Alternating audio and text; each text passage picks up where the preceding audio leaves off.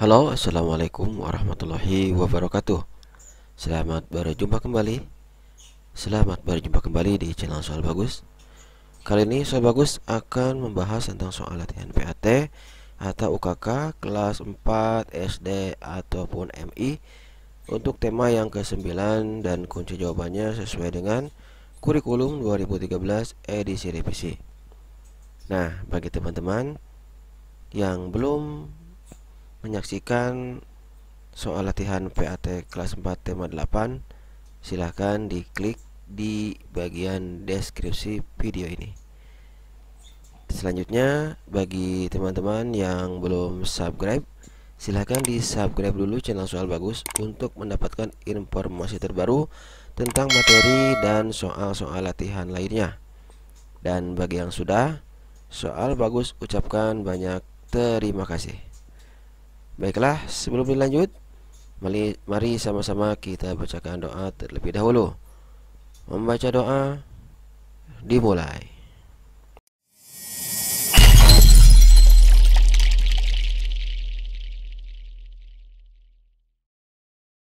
Nomor 1. Contoh perubahan energi cahaya menjadi energi listrik adalah: A. Sinar matahari yang menyinari panel surya. B. Aliran air yang memutar turbin dan menghidupkan generator. C. Aliran listrik yang menghidupkan kipas angin. Atau D. Aliran listrik yang memanaskan pemanggang roti. Ya, cahaya menjadi listrik ya. A ya, sinar matahari yang menyinari panel surya. Nomor 2, contoh sumber energi yang dapat diperbaharui adalah batu bara, uranium, dan minyak bumi. Minyak bumi, biogas, dan gas alam. Gas alam, batu bara, dan biosolar. Atau air, matahari, dan angin. Ya, air, matahari, dan angin. Baik, nomor 3, perhatikan jenis-jenis sumber daya alam berikut. Ya, pertanyaannya, sumber daya alam yang dapat diperbaharui ditunjukkan oleh sumber daya alam yang dapat diperbaharui atau penggunaannya tidak akan habis ya. Yang mana? Iya, 1, kemudian 3 dan 5 ya. Oke. Nomor 4, perubahan energi yang terjadi pada televisi adalah energi listrik menjadi energi panas dan energi kimia. Energi kimia, energi listrik, dan energi bunyi. Energi listrik menjadi energi cahaya dan energi bunyi. Atau D. Energi cahaya menjadi energi bunyi dan energi listrik. Ya, televisi ya, listrik, kemudian energi cahaya, kemudian energi bunyi ya. Oke. Nomor 5, upaya pelestarian lingkungan yang dilakukan di pantai adalah membuat terasering di pegunungan, membuat lubang biopori di pasir, menanam kembali pohon bakau, atau D. melakukan reboisasi pohon jati. Iya, pelestarian lingkungan yaitu menanam kembali pohon bakau ya, untuk menjaga air laut ya, menghempas pinggir pantai supaya tidak terjadi abrasi ya. Nomor 6, contoh bentuk penghematan energi adalah penghematan energi ya. Ya, membuat tas sekolah dari koran bekas, membuat kolase dari daun-daun kering, menghasilkan biogas dari kotoran hewan ternak. Atau D. mengubah energi cahaya matahari menjadi energi listrik panel surya. Ini penghematan ya, berarti bentuk ya, bentuk. Nah, ini berarti menghasilkan biogas dari kotoran hewan ternak. Nomor 7, alat pada gambar di samping memanfaatkan energi alternatif, yaitu nih, mana gambarnya ini? Bentar. Nah, ini gambarnya. Alatnya apa namanya? Ini memanfaatkan energi alternatif, yaitu biogas ya dari kotoran hewan, kotoran sapi ya. Nomor 8, manusia dapat melakukan pekerjaan karena memiliki energi yang berasal dari listrik, makanan, baterai atau aki ya. Makan ya. Oke, 9, sumber energi terbesar di bumi adalah matahari, minyak bumi, batu bara atau makanan. Ya, gampang ya. Matahari. Nomor 10, ada gambar lagi. Perhatikan gambar berikut. Ini gambar air terjun ya. Aliran sumber daya alam tersebut mengandung energi, gerak, panas, kimia, atau gas. Iya, sudah jelas ya. Air terjun itu pasti bergerak. Nomor 11, energi alternatif yang memanfaatkan kotoran sapi adalah contoh dari sumber energi. Ya, yang mana nih? Ya, ini sebentar. Ya, ini jawabannya terbatas, biogas, geotermal atau tidak terbarukan. Ya, tadi di atas sudah ya, biogas ya.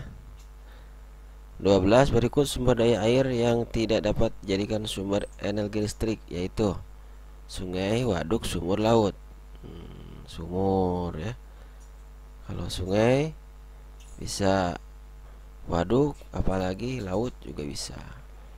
Nomor 13, contoh sumber energi yang dapat diperbaharui di bawah ini. Pemanfaatan energi matahari oleh makhluk hidup ditunjukkan oleh nomor. Iya, pemanfaatan energi pembangkit listrik bisa. Nomor 1, menggerakkan kapal laut di matahari ya, bukan. Menjemur ikan ya. Sumber gaya otot tubuh, bahan fotosintesis. Nah, fotosintesis ya, pembuatan makanan di hijau daun dengan menggunakan atau bantuan sinar matahari. Itu jawabannya adalah 135.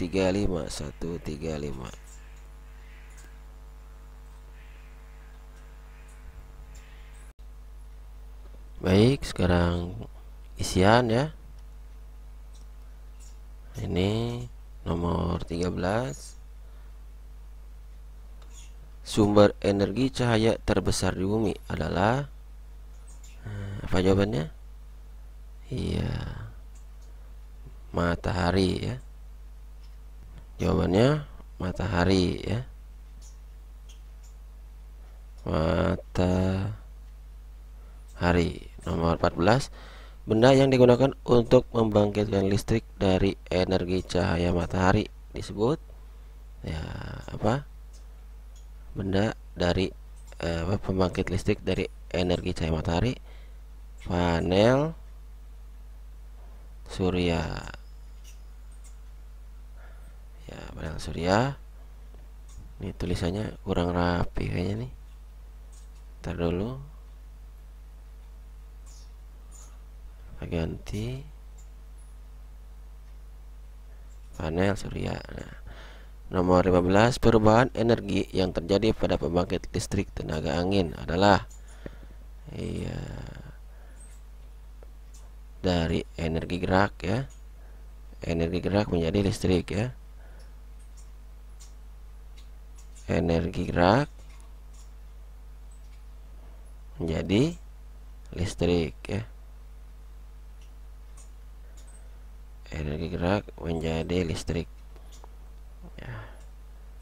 Kemudian nomor 16, sumber energi alternatif yang merupakan energi panas, yaitu ada 2 ya. Coba di sini matahari, apa lagi? Matahari dan ya panas bumi ya, atau geotermal ya. Panas bumi ya. Matahari dan panas bumi atau geotermal. Nomor 18, energi alternatif yang memanfaatkan kotoran sapi adalah biogas ya. Biogas. Nomor 19, mesin pompa air menggunakan sumber energi titik-titik untuk menyedot air. Sumber energi Ya, listrik. Tuliskan perubahan energi pada aktivitas berikut. Nih, seorang ibu sedang menggosok baju, berarti dari energi listrik menjadi energi panas ya. Ini energi ya. Energi listrik menjadi energi panas. Selanjutnya untuk muatan IPS, berikut yang bukan sumber daya alam yang terdapat di pantai dan laut adalah pohon bakau, tanaman teh, mutiara, atau tiram. Ya, yang tidak ada di pantai artinya ya, yaitu tanaman teh.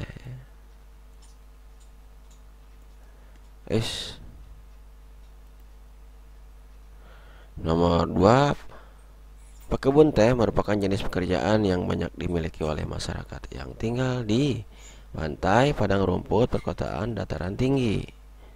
Ya, dataran tinggi ya. Karena perkebunan teh biasanya ada di pegunungan atau daratan tinggi. Nomor 3, berikut yang merupakan hasil pertanian ya, pertanian maksudnya, yang dimanfaatkan untuk sumber bahan makanan pokok adalah padi, singkong, ubi, dan jagung.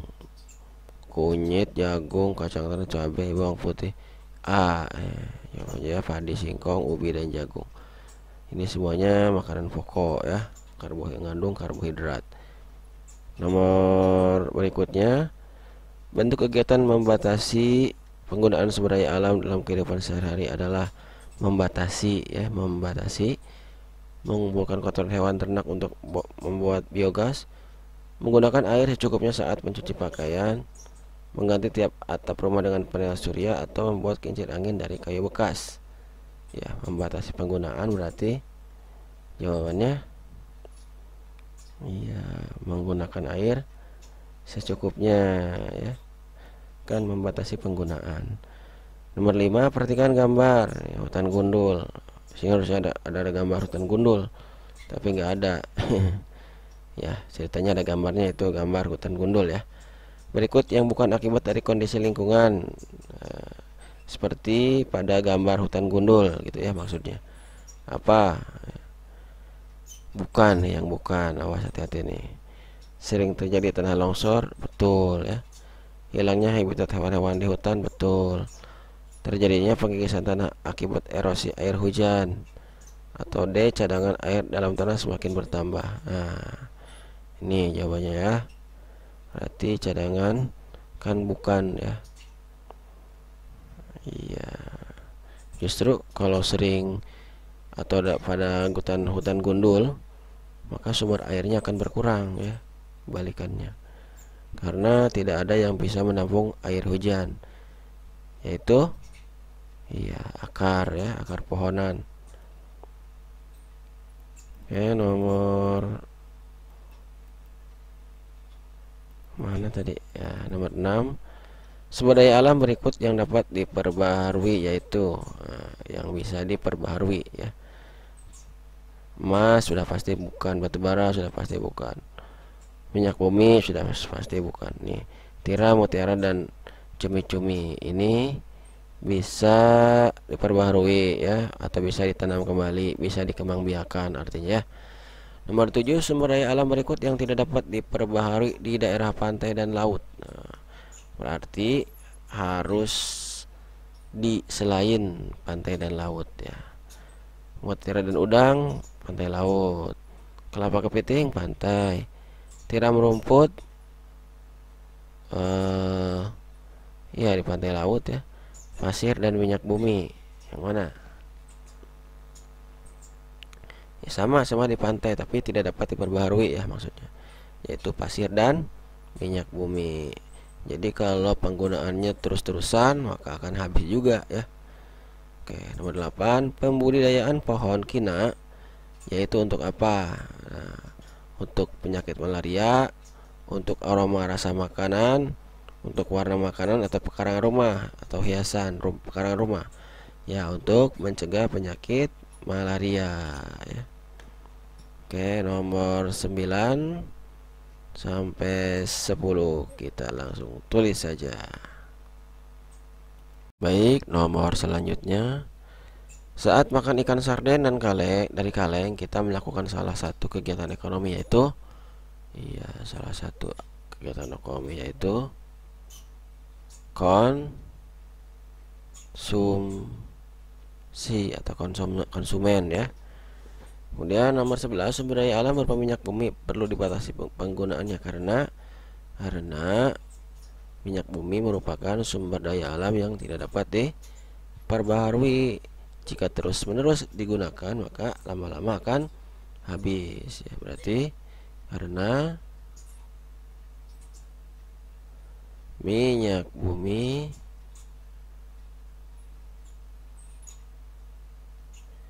termasuk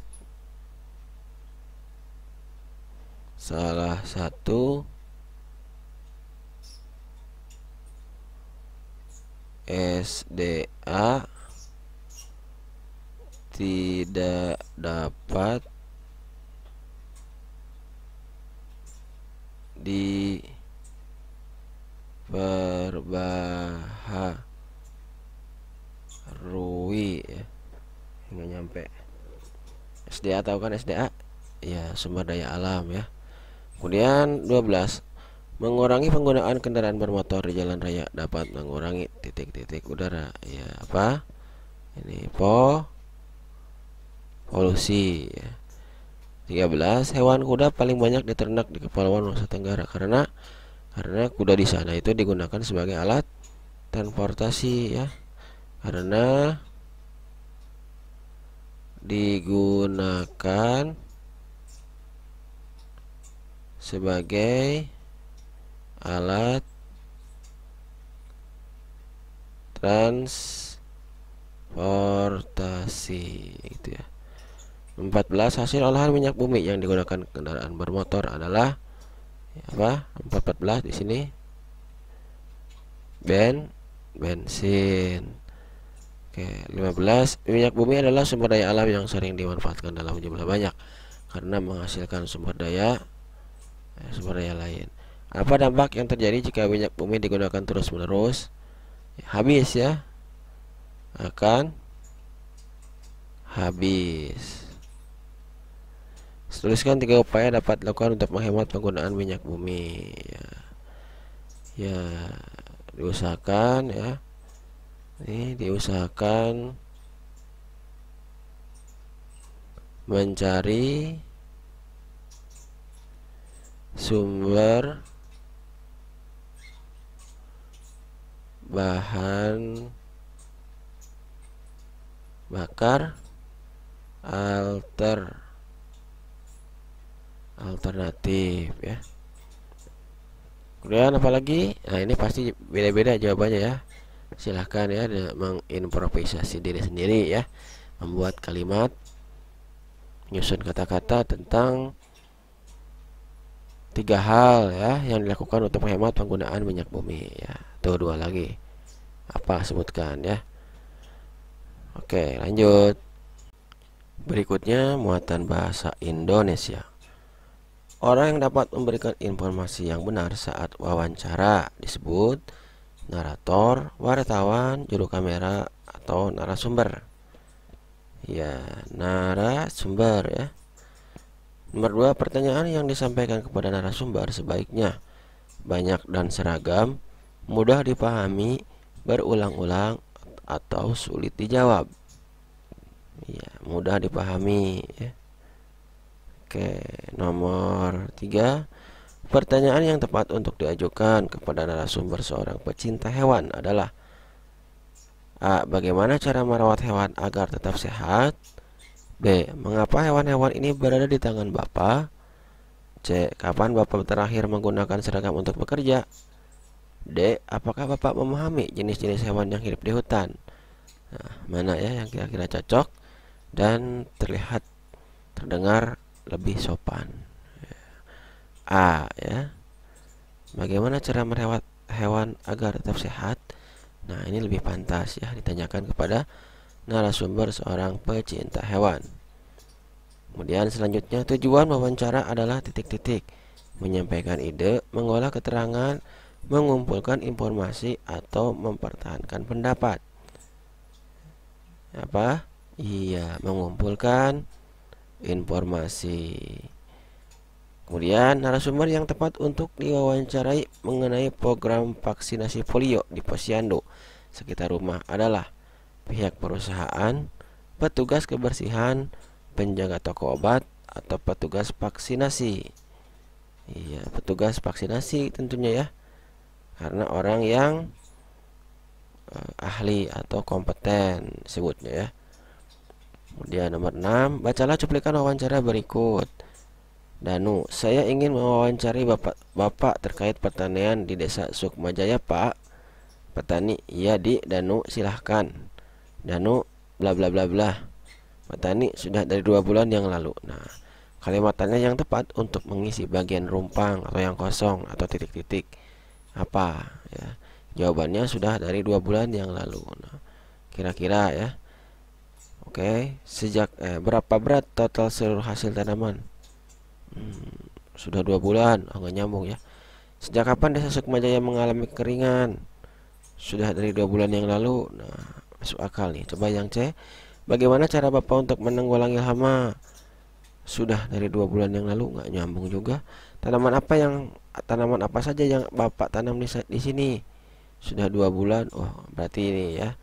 Sejak kapan Desa Sukmajaya mengalami kekeringan? Sudah dari 2 bulan yang lalu. Nah, pas ya.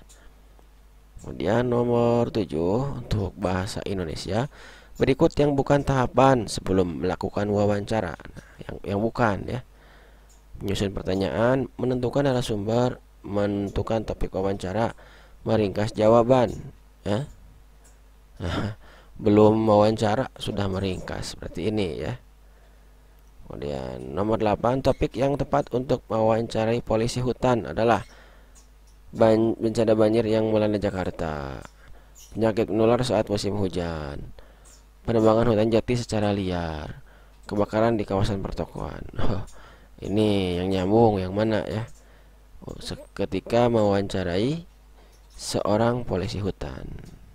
Iya, penebangan hutan jati secara liar. Ini cocok buat ditanyakan kepada polisi hutan. Nomor 9, kata tanya yang tepat untuk menggali informasi dari narasumber tentang proses pemanfaatan sumber energi adalah kapan, di mana, berapa, bagaimana. Tentang proses berarti bagaimana ya. Proses bagaimana cara memanfaatkan sumber energi, kan begitu ya. 10, Ali ingin menemui seorang narasumber ahli energi. Ia ingin mengetahui penggunaan sumber energi di Indonesia. Pertanyaan yang tepat adalah A. Energi apa saja yang dapat dimanfaatkan di Indonesia? B. Bagaimana mengelola sumber energi agar tidak cepat habis? C. Apakah penjualan sumber energi dapat menguntungkan? Atau D. Siapa yang berhak untuk mengelola sumber energi di Indonesia? Nah, ini ingin mengetahui penggunaan sumber, penggunaan. Nah, di sini mana nih penggunaan yang berhubungan dengan penggunaan? Ya, jawabannya energi apa saja itu ya. Energi apa saja yang dapat dimanfaatkan. Kan penggunaan nih ya. Nomor 11, ini ada isian lagi.